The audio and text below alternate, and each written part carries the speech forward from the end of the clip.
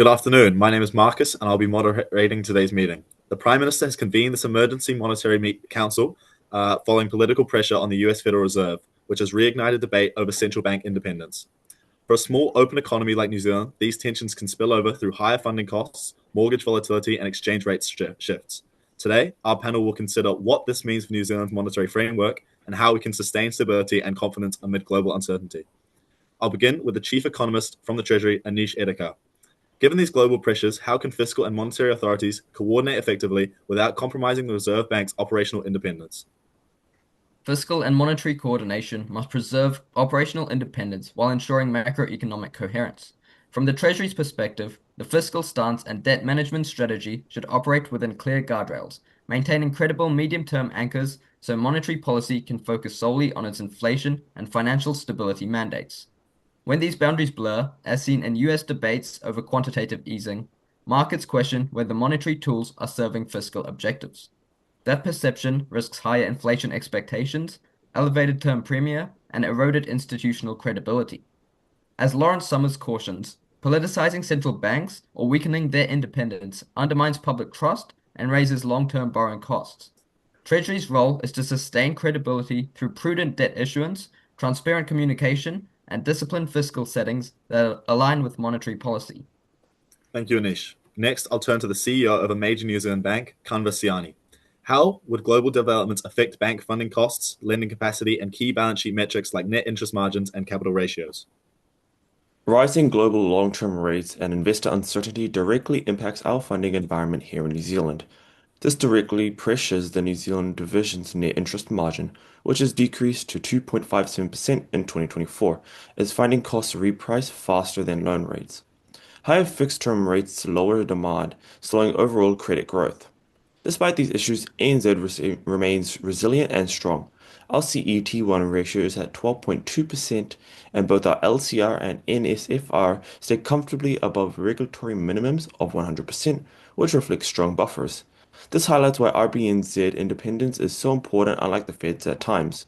A credible and predictable policy stance helps control inflation expectations and stabilize long-term rates, even in times of global volatility. Thank you, Kanva. Now we'll hear from our global market strategist, Josh Winter, who's joining us from offshore. How do global shocks affect the OCR and liquidity tools, and how does RBNZ independence help maintain stability? Thank you, Marcus. From a global investor perspective, credibility is everything. When central banks appear politically influenced, as seen with the US Federal Reserve under pressure from President Trump, markets quickly reprice risk. Investors demand higher returns, pushing up term premia, sovereign spreads, and currency volatility, including in the NZD. For New Zealand, these credibility shocks spill over fast. A weaker Fed reputation can lift the NZD short term as investors seek stable markets, but prolonged uncertainty often reverses that trend, tightening funding conditions and raising long-term borrowing costs. Clear communication is key. When the RBNZ reaffirms its independence and focuses on price stability, it shows policy is grounded in fundamentals, not politics, supporting confidence in the NZD, containing spreads, and reinforcing New Zealand's image as a resilient, small, open economy. Thank you, Josh. Finally, we'll hear from the Governor of a Reserve Bank, Rory Sims. Governor, what are the implications of the OCR and liquidity tools, and how does RBNZ independence help maintain stability in global shocks? Good question, Marcus. Regardless of global tensions, our mandate is simple. Maintain price stability by keeping inflation between 1% and 3%.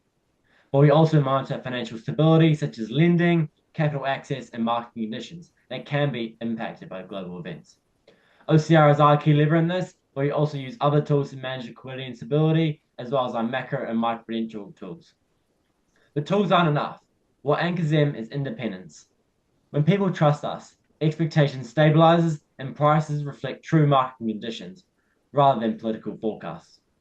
With Trump's attempts to infiltrate the Fed by pressuring rate cuts and seeking to replace policymakers, this could bring instability to the global economy and even affect us down in New Zealand.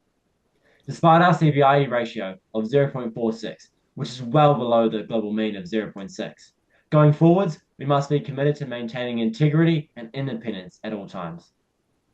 Thank you, Rory.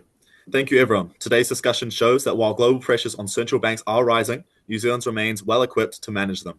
The Reserve Bank's independence, clear mandate, and open communication anchor confidence and stability.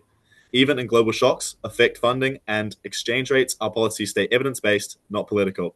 With strong frameworks and vigilance, New Zealand's credibility remains secure in uncertain times.